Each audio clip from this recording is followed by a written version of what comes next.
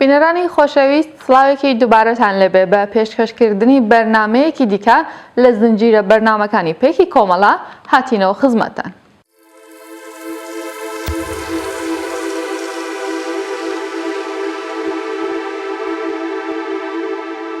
پێشمەرگەیەکی دێرینی کۆمەڵە لە شاری سنە ماڵئاوی لە ژیان کرد. کاک ئەحمەد قادری ناسراو بە وەستا ئەحمەدی خەیاد لە شاری سنە لە گەڕێکی ناوشێخان و قەدیم خەڵکی گوندی خانەگای ژوورو لە ناوچەی کەڵاتەرزان لە ساڵی 1358 هەتاویەوە پەیوەندی بە کۆمەڵەوە گرت و وەکو هاوڕێیەکی دڵسۆزی کۆمەڵە چالاک و وەفادار بە کۆمەڵە و حیزبەکەی مایەوە و زۆربەی کاتیش لە مەقەڕ و ئوردوگاکانی کۆمەڵە ژیانی بەسەر دەبرد. شایانی باسە ناوبراو ساڵی 1370 هەتاوی گەڕایەوە سنە و درێژەی بە پیشەی خەیاتی خۆیدا و تا دوا ساتەکانی ژیانی وەک دڵسۆز و دۆستێکی کۆمەڵە مایەوە.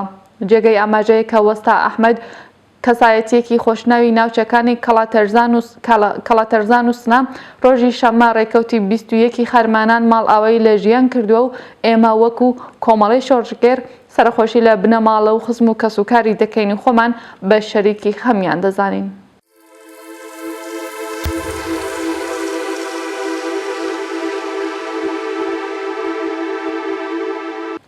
دانیشتنی ژمارەیەک لە ئەندامانی کۆمەڵە لە وڵاتی دانمارک لەسەر بارودۆخی کوردستان. ژمارەیەک لە ئەندامانی کۆمەڵەی شۆڕژگێر لە وڵاتی دانمارک لە دانیشتنێکدا بارودۆخی کوردستان و ڕۆژهەڵاتی ناوەڕاستیان چاوتوێ کرد. ڕۆژی شەممە ڕێکەوتی 21 خەرمانان ژمارەیەک لە ئەندامانی کۆمەڵەی شۆڕژگێری زەحمەتکێشانی کوردستانی ئێران لە وڵاتی دانمارک کۆبوونەوەیەکیان بەڕێوە برد. شایانی باسە لەو کۆبوونەوەیدا باس لەسەر بارودۆخی ئێستای کوردستان و ڕۆژهەڵاتی ناوەڕاست کرا و هەروەها پلان و بەرنامەی ئەندامانی کۆمەڵە لە وڵاتی دانمارک بۆ چالاکیەکانی دواهاتووی کۆمەڵە لە وڵاتە ئاشکراکران.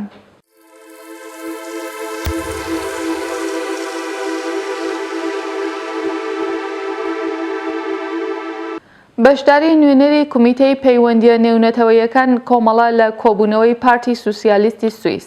ڕۆژی شەممە 12 سێپتامبری 2015 پارتی سوسیالیستی سوئیس بە بۆنەی هەڵبژاردننی سەراسەری پارلەمان کۆبوونەوەیەکی گشتی بەڕێوە برد. لەو کۆبوونەوەیدا سەرۆکی سوئیس بۆنسپرزیدنت خانمی سیمۆنیتاس سوماڕۆگا، مارتین شۆڵز سەرۆکی پارلەمانی ئوروپا و هەروەها کریستیان لووار و کۆمەڵێک لە بەرپرسانی ئەو حیزبە بەشداریە و کۆبوونەوەیە بوون. سەرۆکی پارلەمانی ئوروپا لە بەشێک لە قسەکانیدا ئاماژەی بە مەسەلەی پەنابەران کرد کە وەرگرتنی 500,000 پەنابەر بۆ ئوروپایەک کە 507 ملیۆن دانیشتوویەتی ئەسڵەن کێشە نییە و سیاسەتی دەوڵەتی مەجارستانی سەرکۆنە کردووتی دروستکردنی دیواری 4 میتری سیمی خاردار کارێکی دژە مرۆڤایەتیە و داوای کرد کە سوسیالیستەکانی ئوروپا زیاتر کار بکەن بۆ ئەوەی دەرفەت بە فاشیست و دەستە ڕاستیەکان نەدرێ. هەروەها یادی لە ئالان ئەو کۆرپە 3 ساڵە کوردە کرد کە لە دەریادا خنکا. وتی ئەو کارە ساتە هەمومانی تاساند و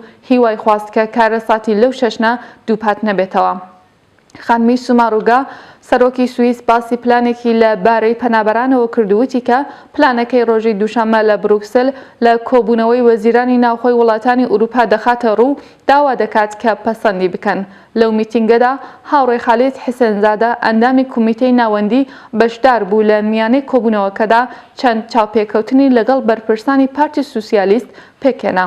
کۆمەڵی شۆڕژگەری زەحمەتکێشانی کوردستانی ئێران کۆمیتەی پەیوەندیە نێونەتەوەیەکان 12 سێپتامبری 2015.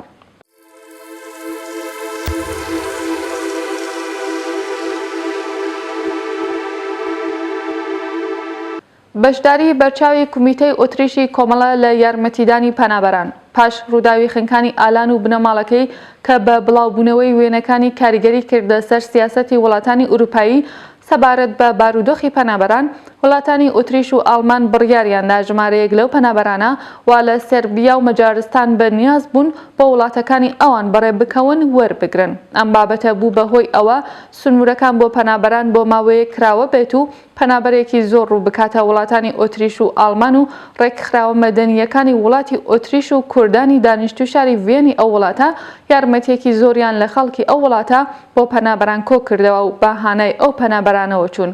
شایانی باسە هەروەها کمیتەی کۆمەڵی شۆڕژگەری زەحمەتکێشانی کوردستانی ئێران لە وڵاتی ئۆتریش هەر لە یەکەم ڕۆژەکانی یارمەتیدانی پەنابەران بەشداری ئەم پرۆسەیە بۆ بە دابەشکردنی یارمەتی مرۆڤیەکان لە نێوان پەنابەراندا هەوڵی کەمکردنی ئازارەکانی ئەم کۆچەی بەسەرشانی پەنابەران داوە. ئەم پرۆسەیە ئێستاش بەردەوامە و ئەندامانی کۆمەڵەش لە وڵاتی ئۆتریش تا کۆتایی بە بارودۆخی نالەباری پەنابەران بە شێوە جۆراوجۆرەکان یارمەتی پەنابەران دەدەن و بەشداری و پرۆسەیە دەبن. شایانی باسە هاوڕێیان عادل محەممەدی و حسێن ئەحمەدی نژاد لە بەشداربووانی یارمەتیداران بوون. کۆمەڵی شۆڕژگەری زەحمەتکێشانی کوردستانی ئێران کومیتەی ئۆتریش 15 سپتامبری 2015.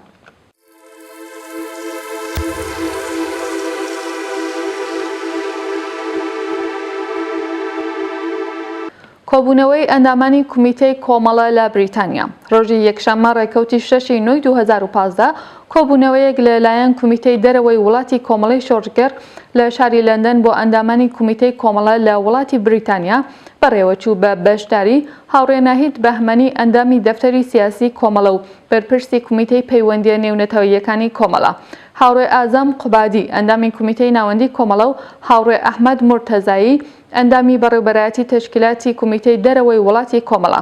دەستپێکی کۆبوونەوەکە لەلایەن هاوڕێ ناهید بەهمەنی دەستی پێکرد کە تەرخان کرا بە لێکدانەوە و شرۆڤەکردنی پەیڕەوی ناوخۆی تەشکیلاتی دەرەوەی کۆمەڵە.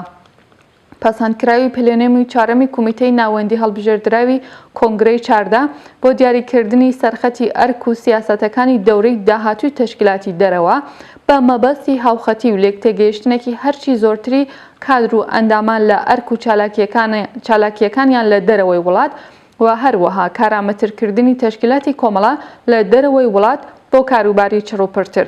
بەشی دووەم لەلایەن بەرپرسی کۆبوونەوەکە و نوێنەری تەشکیلاتی ڕێکخستنی کۆمەڵە لە دەرەوەی وڵات هاوڕێ ئەحمەد مورتەزایی دەستی پێکرد کە لە سەرەتای ئەم بەشەدا راپۆرتێک لە سەرکار و چالاکیەکانی دەورەی پێشووی کومیتەی ڕێکخستنی کۆمەڵە لە بریتانیا کە بریتی بوون لە پەیوەندی نێوان حیزبە کوردیەکان و لایەنە ئێرانیەکان، کۆبوونەوەکانی نێوان کۆمەڵە و نەتەوە بندەستەکانی ئێران، بەشداریکردنی کومیتەی ڕێکخستنی کۆمەڵە لە بریتانیا لە ڕێوڕسم و ڕێپێوانەکاندا کە لەلایەن هاوڕێ بەهجەت سەلیمی پێشکەش کرا. دواتر لە پانێلێکی جیاوازدا کۆبوونەوەیەک بۆ هاوڕێیانی لاوی کۆمەڵە لە بریتانیا گیراکە لەم بڕگە جیاوازەدا کومیتەی ڕێکخستنی لاوانی کۆمەڵە لە وڵاتی بریتانیا ڕاگەیەندرا کە بە شێوەی ڕسمی دەستی بەکار و چالاکی خۆیان بکەن. لە کۆتاییدا نوێنەری تەشکیلاتی ڕێکخستنی کۆمەڵە لە دەرەوەی وڵات هاوڕێ ئەحمەد مورتەزایی هەڵسەنگاندن و تێبینی خۆی لەسەر کار و چالاکیەکانی ئەندامانی کۆمەڵە لە وڵاتی بریتانیا دەربڕی و دواتر بە پێی دەستوری کۆبوونەوەکە گۆڕانکاریەک کە لە پێکهاتەی دەستەی بەڕێوەبەرایەتی کومیتەی ڕێکخستنی کۆمەڵە لە بریتانیا کرا بە مەبەستی کاری زۆرتر و چالاکردنی کومیتەکە لە پێشووتر لە بەشە جیاجیەکاندا.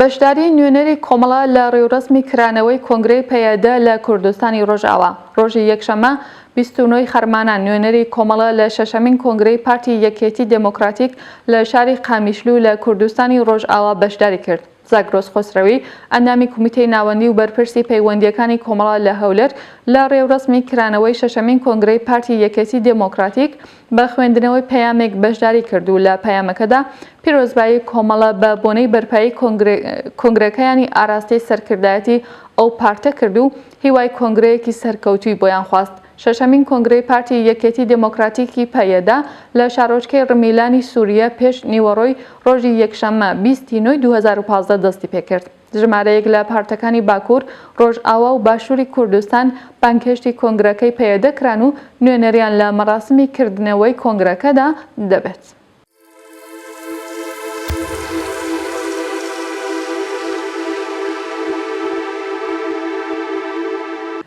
بەشداری هەیەتێکی کۆمەڵە لە ڕێوڕسمی ساڵوەگەڕی کۆمەڵکوژی زیندانیانی سیاسی ساڵی 67 ڕۆژی شەمە ڕێکەوتی 28 خەرمانان لەلایەن کانونی زیندانیانی سیاسی ڕێوڕسمێک بۆ ڕێزگرتن لە یادی زۆرتر لە 5,000 زیندانی سیاسی ساڵی 67 کە لەلایەن کۆماری ئیسلامی کۆمەڵکوژکران بەڕێوەچوو. سەرەتا ڕێوڕسمەکە بە کارێک لەلایەن هونەرمەند فەریبورس فەخاری دەستی پێکرد. هەروەها لەو ڕێوڕسمەدا هونەرمەندان و شاعیران و نووسەرانی ئێران لەوانە ئیسفەندیار مونفەرد زادە، ئیرەج جەنەتی عەتایی، هادی خۆرستەندی و ناسر ڕەحمانی نژاد و چەندین کەسی دیکە لە پەیوەند لەگەڵ ئەو جینایەت و ڕووداوە خۆفناکەی ڕژیمی ئێران قسە و باس و لێدوانیاندا.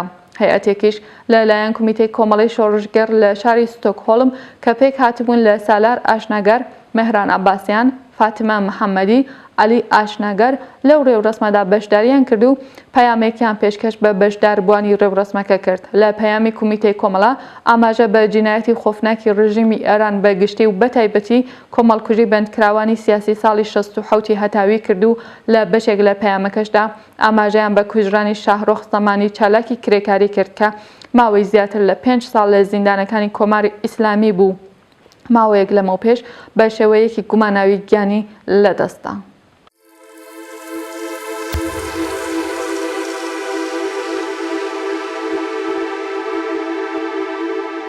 بەشداری وەفتێکی کۆمەڵە لە ڕێوڕسمی سەرخۆشی کەریم ئەحمەد پیرە ڕۆژی سێشەمە ڕێکەوتی 22 سپتامبری 2015 بەرامبەر بە سیویەکی خەرمانانی 1394 وەفتێکی پەیوەندیەکانی کۆمەڵەی شۆڕژگەری زەحمەتکێشانی کوردستانی ئێران کە بریتی بوون لە هاوڕێیان زاگرۆس خۆسرەوی ئەندامی کۆمیتەی ناوەندی و بەرپرسی پەیوەندیەکانی هەولێر و سامان ڕیشە ساحب کادری پەیوەندیەکان لە هەولێر بە بۆنەی کۆچی دوایی کەریم ئەحمەد پیرە برای سعدی ئەحمەد پیرە ئەندامی مەکتەبی سیاسی یەکێتی نیشتمانی کوردستان بەشداری ڕێوڕسمێکی سەرخۆشی بەم بۆنەوە لە شاری هەولێر بوون.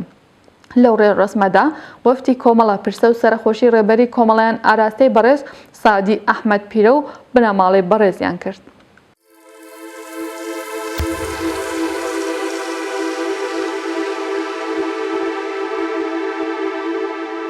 لەو بەشەی بەرنامەکەدا ڕاگەیاندنی کۆمەڵە بە بۆنەی ساڵی نوێ خوێندن دەبینین. قوتابیان و خوێندکارانی کوردستان، مامۆستایانی شرافەتمەند و ئازادیخوازی کوردستان، کچان و کوڕانی ئازادیخواز، بە بۆنەی ساڵی نوێی خوێندن پڕبەدڵ پیرۆزباییتان پێ دەڵێن و ئاواتەخوازین ساڵی نوێ ساڵێکی پڕدەستکەوت بێ بۆ مامۆستایان لە پێگەیاندن و پەروەردەکردنی نەوەی نوێ. بۆ خوێندکارانیش ساڵێکی پڕ لە سەرکەوتن بێ لە خوێندن و بەجێگەیاندنی ئەرکەکانتان. هەروەها هیوادارین بنەماڵەکان و دایکان و باوکان ئەم ساڵ بەگشت سەختی و دژواریەکان ژیان هەروەک هەمیشە ڕووسور بن لە دابینکردنی پێداویستیەکانی ژیان و خوێندنی منداڵەکانیان. سیستمی خوێندنی و پەروەردە لەژێر دەسەڵاتی کۆماری ئیسلامی سیستمێکی پڕ لە هەڵاواردن و بربەستە لەسەر ڕێگای گەشەی فکری، نەفسی و تەنانەت جەستەیی خوێندکاران. لەم دام و دەستگایەدا کە خورافاتی ترین خوێندنەوە لە ئاین و ڕوانینێکی نازانستیانە بەسەری دازاڵا، سەرڕای ئەوانە چاودێری و کنترۆڵکردنێکی سەرکوتگەر بەسەر مامۆستایان و خوێندکارانەوە هەر دەرفەتێک و مەجالێکی بۆ بیرێکی ئازاد و سربەستانە و بەو پێیەش گەشەی مرۆڤی کوێر کردوێتەوە. لە ڕاستیدا ئەوانەی سەرڕای هەموو ئەم بربەستانە پێدەگەن و سەرکەوتنێک لە ژیانی خۆیان بەدەست دێنن. لە پرۆسەی خەباتێکی بەردەوام با دژی ئەم بربەست و ئاستەنگانەدا پێدەگەن. لە کوردستان زیاد لەسەر هەموو ئەوانە مامۆستا و خوێندکاری کورد لەگەڵ کۆمەڵێک هەڵاواردن و گوشاری سیاسی، فەرهەنگی و ئابووری دیکەش بەرەوڕوویە. ئیمساڵیش هەروەک ساڵانی پێشتر ئەو منداڵانەی یەکەمین ساڵی ڕۆیشتنیانە بۆ خوێندنگاکان تامی تاڵی هەڵاواردن و ڕوانگەیەکی سەرکوتگەرانە دەچێژن و پێیان دەڵێن خوێندنگا شوێنێکە کە تێیدا ناتوانن بە زمانی کوردی قسە بکەن و بخوێنن.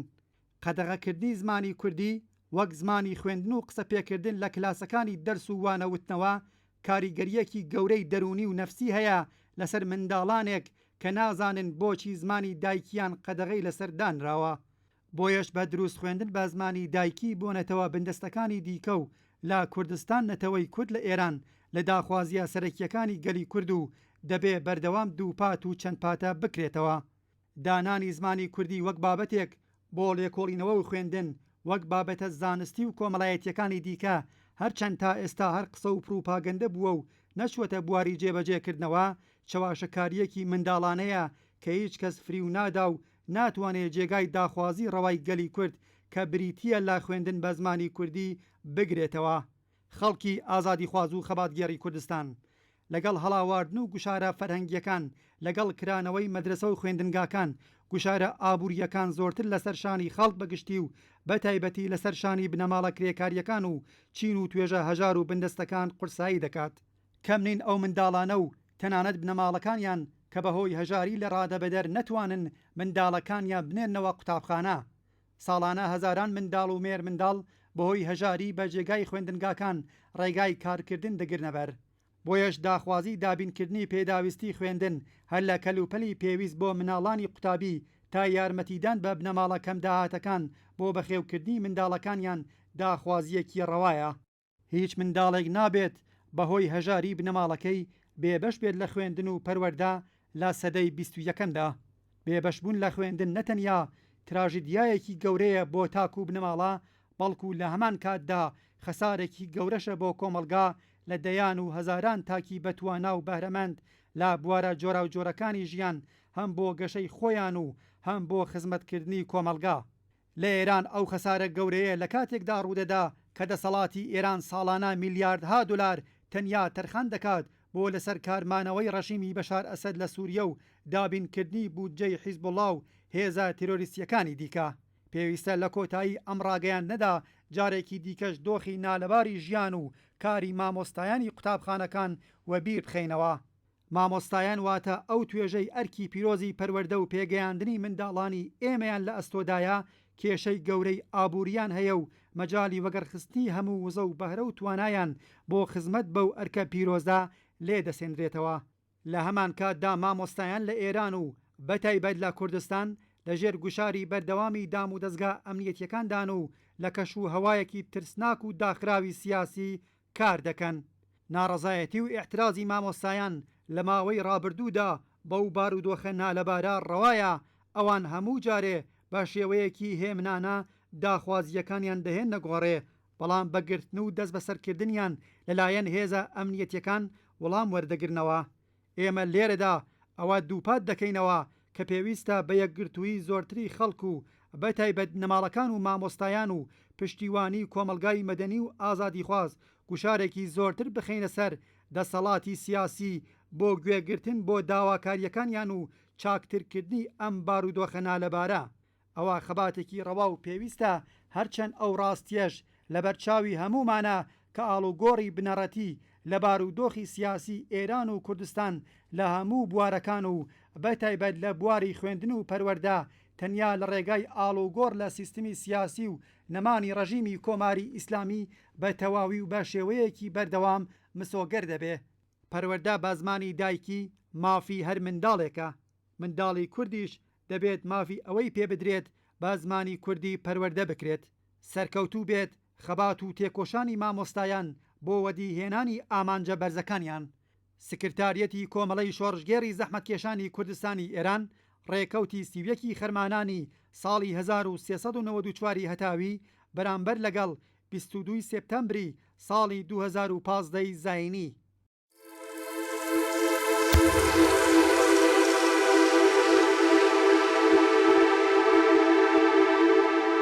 بینەرانی ئازیز و هەمیشەیی بەرنامەی پێکی کۆمەڵە لێرەدا دەگەینە کۆتایی بەرنامەی ئەمڕۆی پێکی کۆمەڵە تا دیدارێکی دووبارە کات و ساتێکی خۆشتان بۆ هیوادارین.